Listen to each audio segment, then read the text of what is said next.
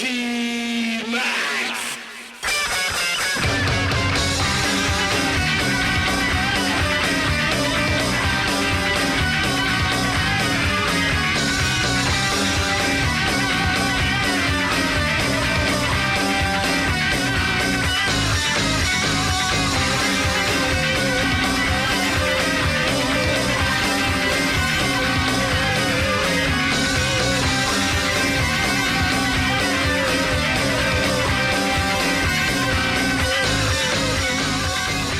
What's up, everyone? Welcome to the new Dream Key podcast unit retrospective, where the new Impact players, me and Leon, discuss the history of Dragon Gate, starting with, the earlier units and working our way forward. That way we can give people a kind of an idea of what units and how, what they were and how they affected the current day and all that good stuff. Get a picture of the units. Yeah. Plus, he gets to educate me, because I'm also dumb as fuck for most of these. So, I'm learning it just as much as everyone else. So, Leon, what unit are we starting off with this time? We are starting with the very first unit of the Dragon Gate system.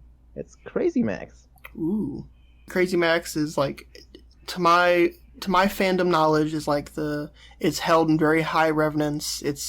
Yeah, it has a legacy that definitely lifts up the reputation they have. Yeah, and then I know, for older Dragon Gate fans, or people who, watch Toryumon to Dragon Gate, they talk about this unit a lot and how important it is, so I'm excited to learn about it. It's a very important unit. It was Shima's first unit. I mean, that's already, a big importance. Yeah. So, what was Crazy Max about?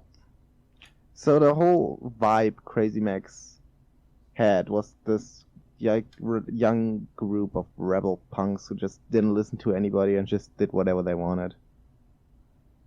Sounds familiar to a similar unit we have nowadays. Young punks? Sad that the unit you're referring to has a 40-year-old in it. Who could that 40-year-old be? Maybe we'll talk about him next episode. Oh. So how did the unit begin, and what angle led up to the formation of the unit? So the unit didn't had an angle per se, but in 1996, 3 years before Toryumon Japan even became a thing, Shima, Suwa, Fuji, and Magnum Tokyo were the first term students of Toryumon, of Toryumon Mexico, in fact. And Shima, Suwa, and Fuji just decided they wanted to form a team. And Magnum was like, no, I want to team with Ultimo Dragon and these luchador legends like El Hijo de Santo or Vampiro. So on the first few Toryumon Mexico shows, it was very often Shima, Suwa, and Fuji versus Tokyo, Ultimo, and just a legend from Mexico like Vampiro. And then in 1998, still 1 year before Toryumon Japan became a thing, they got recruited by Sasuke. Not great Sasuke, the heel Sasuke. This is from Michinoku Pro, right? Yeah, and Sasuke Gumi to get their first exposure into Japanese wrestling, thanks to, like you mentioned, Michinoku Pro. That was the formation until coming to Toryumon Japan, which is it's kind of interesting to see that Crazy Max was already established when Toryumon Japan started. Yeah. In 1999. Well, now we know how their unit kind of began, and it just kind of being a pre-existing part of Toryumon as Toryumon formed. How did they impact Toryumon?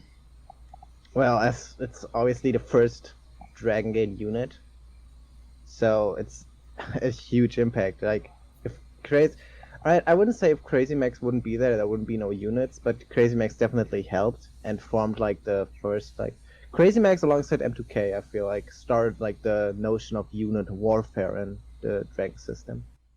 So that's the biggest impact. Obviously the first heal unit. It's all heal units are so big in Dragon Gate. There's a saying going around that you can't say how good Dragon Gate is depending on how good the heal unit is. Yeah. Would you agree with that? How did you like 2018 with Antias, and how did you like 2018 with RED? Yeah, it's night and day. Yeah, it's the heal unit is a very important factor. Because they drive the story. Exactly, they're revolved. They're every unit feuds with the heal unit. And also an interesting tidbit is that Crazy Max is the first unit of only 2 who turned face. After Blood Generation did it in 2005. Crazy Max did it first.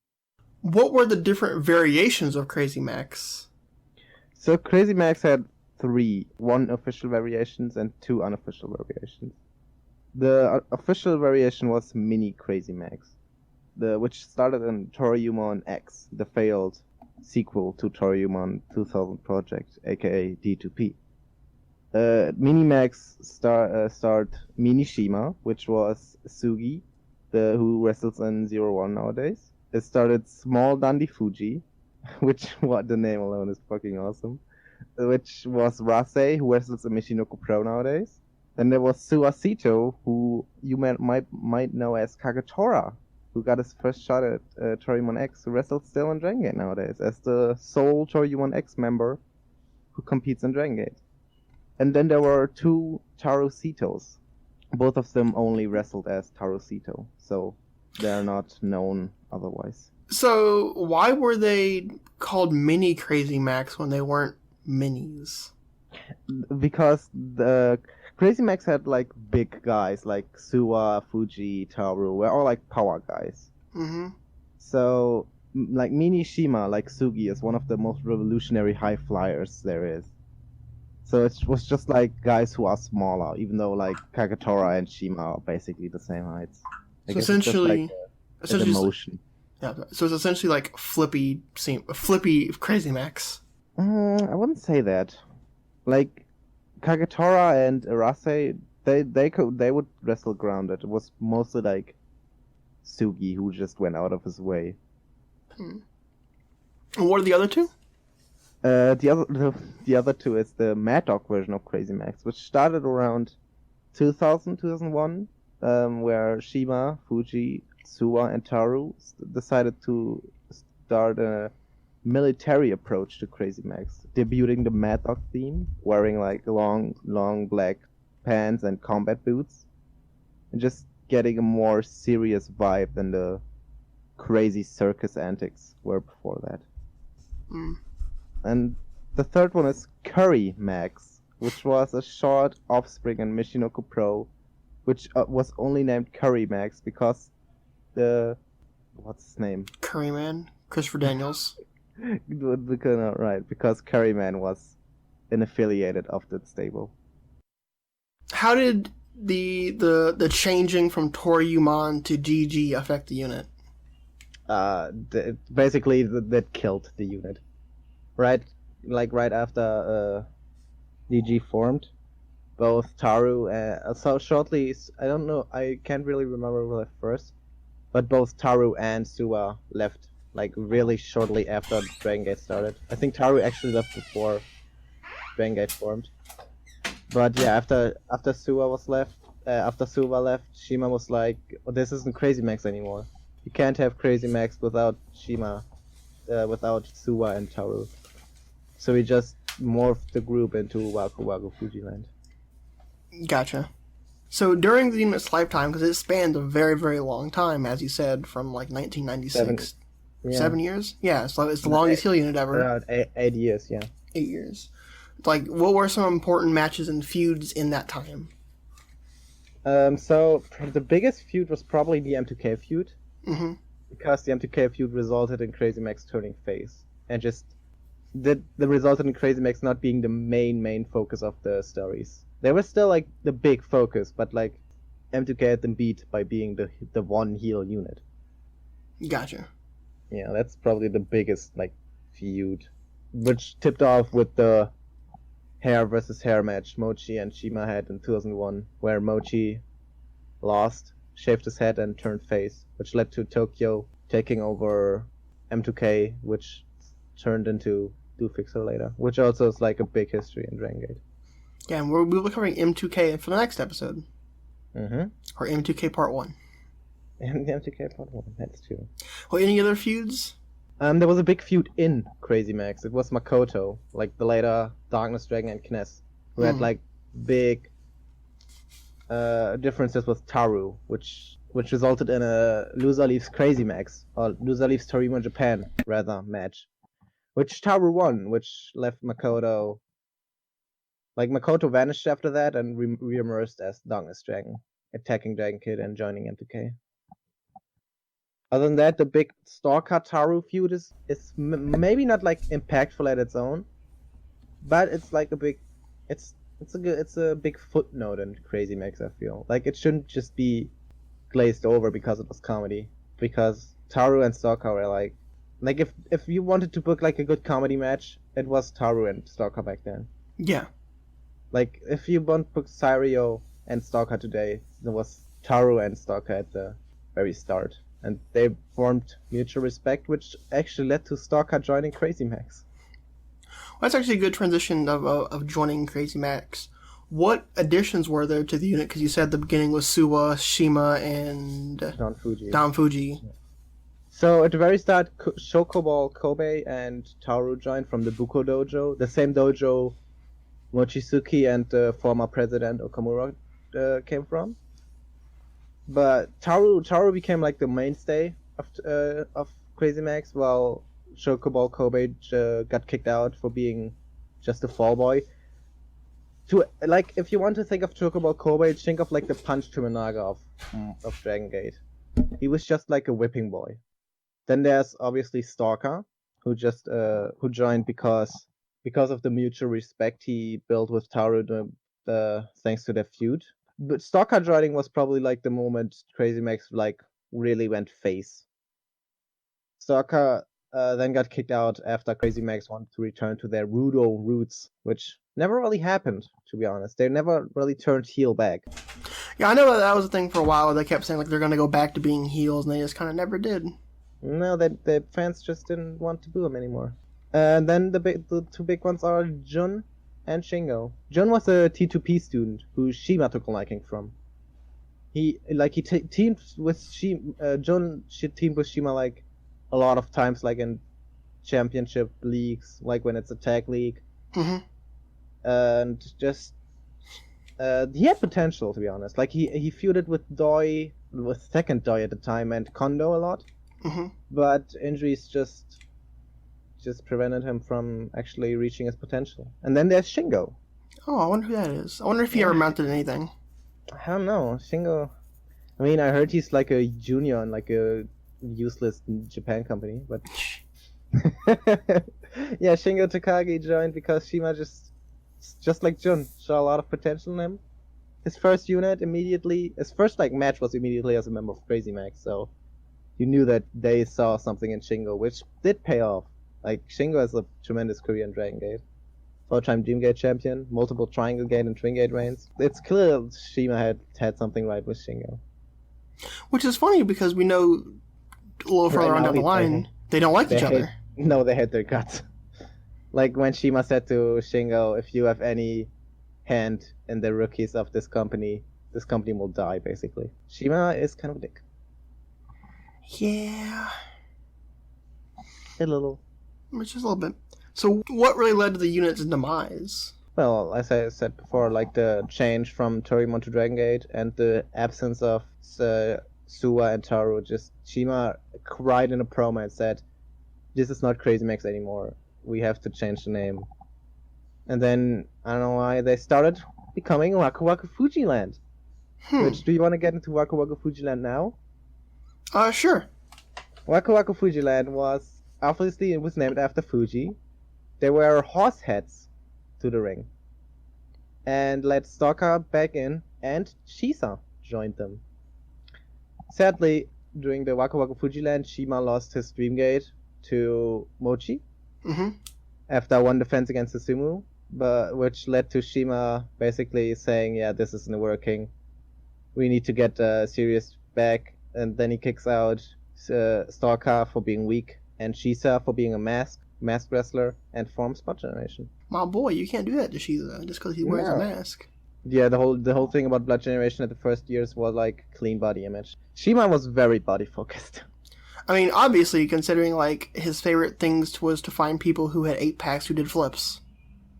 Pretty much, that's how we got some Ricochet, Uha. Ricochet. Puck didn't really have packs back then, but Seidel, yeah. Jack Evans. Mm-hmm. The Rascals. Shima did a lot. So it's kind of weird that like this very prominent unit, this very historic and important unit, just kind of fades into such an obscure. Yeah, just fades into the obscurity. Yeah, I mean, they kind of grew back with Blood Generation. I feel like Blood Generation is a worthy successor to like the Crazy Max moniker. So Waka Waka Fuji Land was just around for a month, which just like didn't really amount to anything aside from Shima losing the Dreamgate title during that fucking stable. Yeah. So before we wrap it up and see the effects of the unit on current day Dragon Gate, where are they now? Well, Shima, of course, right now part of the Strong Hearts, OEW, and AEW. Just traveling the world, finding gymnasts in China and training them alongside Lenderman and T-Hawk. Then we have Sua, who has a really terrifying disease, where his muscles turn into bone structure. Like, how do you describe that? They calcify. Like, yeah, they calcify. They harden. Yeah, he actually the reason he left Dragon Gate was because he just he wasn't a fan of Magnum. After he left Dragon Gate, he actually went public to say, I don't want to wrestle in that dance club bullshit, which was a knock on Magnum dancing. It's gonna be interesting to cover like in the future, like the problems Magnum causes. I know, but I do love Magnum a lot. So Fuji, I've heard he wrestles under a mask now. Yeah, it's weird. Yeah. Just you don't see Fuji that often in Dragon anymore. He wrestles every time, but I've heard rumors and scuttlebutt that Yeah, I've heard rumors that he's the Open Triangle champion right now. But who knows? Though. Yeah. Taru, after like an incident in All Japan, Taru still wrestles in Zero One every now and then, but he's now 55, so don't expect Taru to be part of the 20th anniversary series. Makoto's now Kness. After leaving Toryumon, he came back as the Darkness Dragon, joined M2K, lost his mask against Dragon Kid, and became the Kness we all know and love. You love. Especially me. Choco Flake Kobe? Shoko joined M2K, but alright, here's an interesting tidbit about Kobe. After Kobe joined M2K, he had a singles match with Shima, who returned from knee surgery. In that match, Shima debuted the Shrine and defeat Kobe in like a minute. And after that, Kobe was never to be seen again in Toryumon. The only time he surfaced again was during Kanda's return match, where he just put an iron claw on Don Fuji. After that, he wrestles sporadically. Yeah. But his last match was in 2007, and he's been retired ever since. Jun, after retiring in 2004, Jun surfaced back in Pro Wrestling Secret Base in 2009, and still wrestles there all the way up until 2019. Which, Pro Wrestling Secret Base still being around in 2019, kind of cool. What else do we have? Stalker, obviously. Yeah, Stalker. You all know the living legend of Stalker Ichikawa. He's still the comedy king in Dragon Gate. Still running around. Back, he's on a show in like 6 days. Finally, the final member of Crazy Max, Shingo. I don't know. I don't think Shingo amounted to anything. Yeah, only won a few Dream Gates. Yeah, just abandoned the product like a bit traitorous bitch. Like he has traitorous bitch disease. I think that's funny, where it's like the first member is Shima, the final member is Shingo, and both of them end up leaving, and they both still hate each other. Yeah, well, to give the consistency, Shingo wrestles in New Japan. I don't know what he does there. I think he's a junior or a heavyweight. No, he was a junior, and he just graduated to being a heavyweight. Yeah, but yeah, that's Shingo. Shingo's probably the one you knew the most of. Looking at Crazy Max, how does it affect the product now? Crazy Max, I don't think Crazy Max can be felt in the current day product anymore. I feel like M2K was a bigger influence in heel units than Crazy Max. Oh. Mm-hmm. I think once Shima left, you kind of stopped feeling the influence of Crazy Max. That's a very good way to put it. Like, Shima breathed Crazy Max, even in his 40s when he wasn't a rebel punk anymore. He lived in that. He still lived that. Yeah, Don Fuji he's the last important member to still be around, but I don't think like Crazy Max is around anymore in current Dragon Gate. I mean, you could argue their like chain of units leading up to RED is still but I don't know. The Mad Blanky and Deep Drunkas losing the unit disbandment matches kind of like ended that chain. Yeah. So right now, I guess it's Berserk who's still around, who you can still feel, but I wouldn't say Crazy Max is like represented anymore. Because especially like Fuji is. All right, wait. Let me rephrase. If you ever want to feel Crazy Max still, it's Fuji in comedy matches, because Fuji did a lot of comedy. Like he stole Saito's bicycle. They had a whole feud about the bicycle, and like the shenanigans Fuji does, like he originated in Crazy Max. Yeah, it's kind of sad to think that like all the two members left in Dragon Gate of Crazy Max, the super heel stable of such a legend, they're both comedy guys. And finally, to wrap it all up, where would you rate Crazy Max, and what are your final thoughts on Crazy Max? All right, what do you mean rate? Like in the pantheon of like importance to Dragon Gate, where does it stand? Oh, importance to it was a 10. I would say. The first heal unit just... Oh, no, wait, I would say a 9. I think they're more important units than Crazy Max.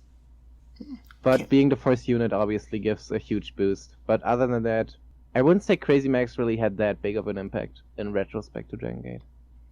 Sure, they brought in Shima, but Shima would have been a star without Crazy Max. And do you have any... What's your personal opinion? Like, what is your opinion of Crazy Max? I'm not a big Crazy Max guy. I do like M2K, do Big Sur, Italian Connection. I like those more from the Toryumon era. So I think Crazy Max is okay, but I feel like the amount of new members who joined and never amounted to anything kind of drags them down a little. Gotcha. What about you? I'm someone who has never liked Shima, mostly because my opinions of Shima were formed like way before you even started watching Dragon Gate, where people like just watching shoots, people are like, yeah, Shima's a dick. Mm-hmm. So it's a shame. Shima's a great wrestler. I'll never take it away from Shima. Shima's absolutely a fantastic wrestler. Legend. I've seen Shima wrestle live, so have you. I've seen wrestle live. Which is kind of interesting. But I think that it played its importance, many years ago, and I think a decade ago you could have made the argument that, yeah, Crazy Max is still important. Maybe even 5 years ago you could say Crazy Max is still important. But currently I really think that... It's really like current Dragon Gate feels like such a departure from the old guard. Yes, it really does. Like, Kobe just passed, and I had started watching the Kobe before, and even then, Kobe to Kobe, it feels like a completely different company. Mm-hmm. And Toryumon wasn't like that. Like, Toryumon, like, all units in Toryumon were, like, around for, like, 7 years. So, Toryumon has a very long longevity compared to Dragon Gate. Yeah. So, in the overall scope of Dragon Gate history, I think it is a very important unit. Modern day, I think that it's nice to appreciate history, but it's history. Exactly. Good way to put it. Well, I think that'll wrap up this inaugural episode of the Unit Retrospective, or whatever we end up calling it. Anything final you'd like to say, Leon? Crazy Max, Mad Dog's team is better than the Crazy Circus team. That is very true. In fact, what we're gonna do is the first. I've already done this. The first intro, the intro is going to be Crazy Circus. The outro is going to be Mad Dog. Great. Yeah. And Leon, where can they find you in your encyclopedic knowledge if they have any questions about Crazy Max? On Twitter at EARTH2Leon. Yep. And if you have any questions, we can actually probably throw in a segment where people can ask questions about last unit we covered, or if you have any questions about the next unit we cover, which is going to be M2K, we're going to be doing the original M2K. Original M2K and final M2K will be later. Yeah, final M2K is going to be its own episode. Shin M2K and first M2K. That's going to be the first part. Yeah. But yeah, if you want to find me, you can tweet me at CHUCKN0 RRIS55, Chuck Norris 55 with a 0. And if you want to check out our main episodes, obviously we're at Dream Key Pod at DREAMKEYPOD. And with that, we'll send you off with Mad Dog. Suicide!